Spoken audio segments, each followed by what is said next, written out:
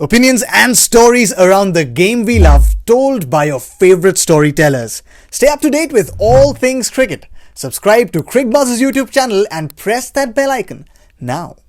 Remember, in the evening from Abu Dhabi, it's India versus Afghanistan. We've got lots of interest coming in, lots of questions coming in from all of you. So rather than wait till the evening or the final build up to that game, we thought we'd at least stick one of them in. And this one is from our Ask Crickbuzz live section. And it's one of our regulars who has been asking questions. And his question is for DK, who's luckily on the show. Being part of the 2007 World Cup heartbreak and the T20 World Cup victory, what are your thoughts on having a young captain like Rishabh Pant and creating a young T20I team for the next World Cup, just like how Dhoni led a young team that time, of course, referring to 2007 DK, at a time when maybe everyone didn't take the format seriously? Yes, you got to understand that MS Dhoni's journey at that stage was very different to where Rishabh Pant is, in the sense that MS Dhoni was the vice captain of the 2007 one-day team that we went to West Indies with.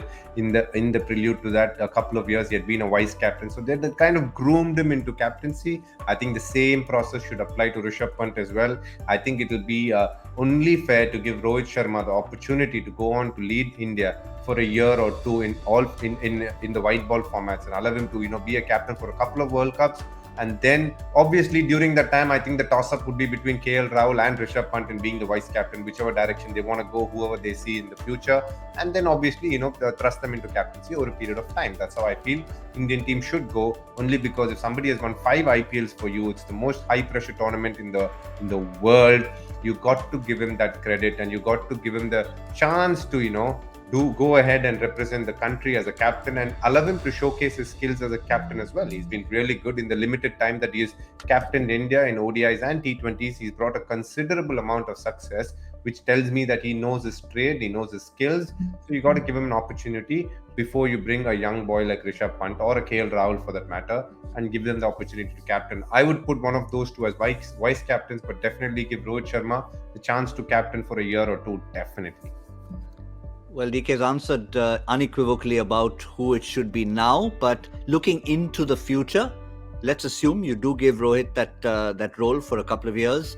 Who's your choice going into the future with what little you've seen of, say at the moment, 2 names that we're throwing out, Pant and Rahul? Look, Oh, sorry. So please, Joy, I think you answer that. No, I actually didn't realize for you. Please go ahead. I'm listening. No problems at all. I think we need to come back to you because you've seen these players much closer. We will. Yeah, my point is that I feel both have extreme strengths and weaknesses. I like the fact that Rishabh wears his responsibility more casually than Rahul. At some point, you feel Rahul is almost burdened down, especially in a team like Punjab when you see him captaining. Sometimes you see he's not being able to play freely because there's too much on him. But that's also could be because Punjab has not been winning consistently, and therefore there's a lot of pressure on him up front. But given all that, I'd still say as a student of the game, since to be a captain, you also need to be a student of the game. You need to be constantly learning. You need to be a sponge. And good captains are like sponges. And one of the great things Dhoni did was, while he made it clear it was his dressing room, he used, the likes of from Sachin Tendulkar about field placings to Saurav Ganguly to Rahul Dravid to Anil Kumble. He took in a lot, and I think Rahul, to me, is more of a student of the game at this point in time, and therefore, definitely, I'd prefer Rahul at this point in time. But interesting, they're both wicketkeeper batsmen. So we've got one more wicketkeeper batsman. So DK, I was getting Joy's perspective just to break the conversation up. But yes, I think you're fully right about what you said about Rohit Sharma. But just to finish off the discussion, looking ahead into the future, is there something you see between Rahul and Rishabh that maybe gives one an edge over the other, purely as a leader? No, I think what's important, I feel, is, it's important to have that candid conversation with Rohit and figure out who he would like as his lieutenant, so that when he is not around, because with the current scheduling and the amount of matches they play, it is humanly impossible for Rohit to play all the formats, all the matches. Like, they finish the World Cup on the 14th if they go to the final, and the next match is on the 17th. So it's literally impossible for you to, keep on playing back to back. So I think the question is not to, me or anybody else. I think they should have the chat with Rohit once they decide that, You have been obviously you are the captain.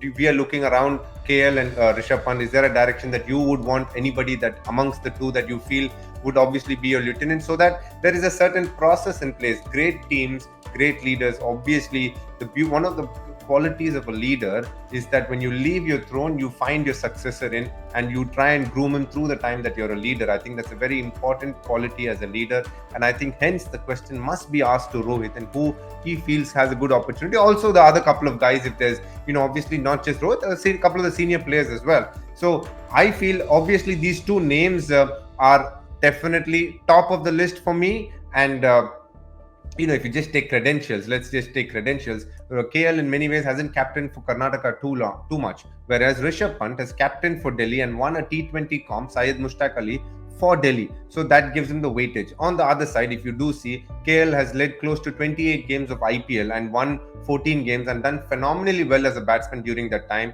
whereas Rishabh Pant has just led for about 14 games this season or 15 games this season. So in terms of high pressure games, obviously KL has a slightly upper hand. So if you do weigh the pros and cons, it's very hard for us to exactly pinpoint a name. And unless I play beneath both of them and them being captains, I would then give you a fair point or a very honest view on who I think is better at this point of time. Both of them are great individuals. Interestingly, both of them play all three formats for India today. They are certainty in all three formats. So whichever direction you go, I think there is no harm. What I would like to see is, please see the bigger picture. Who do you think will be the captain for the next 5 years? Every captain who's done well for India have got at least a 5 to 6 year period, and that must be given to KL or a Pant after Rohit leaves. So keep that as the benchmark for you to decide who will take Indian team forward.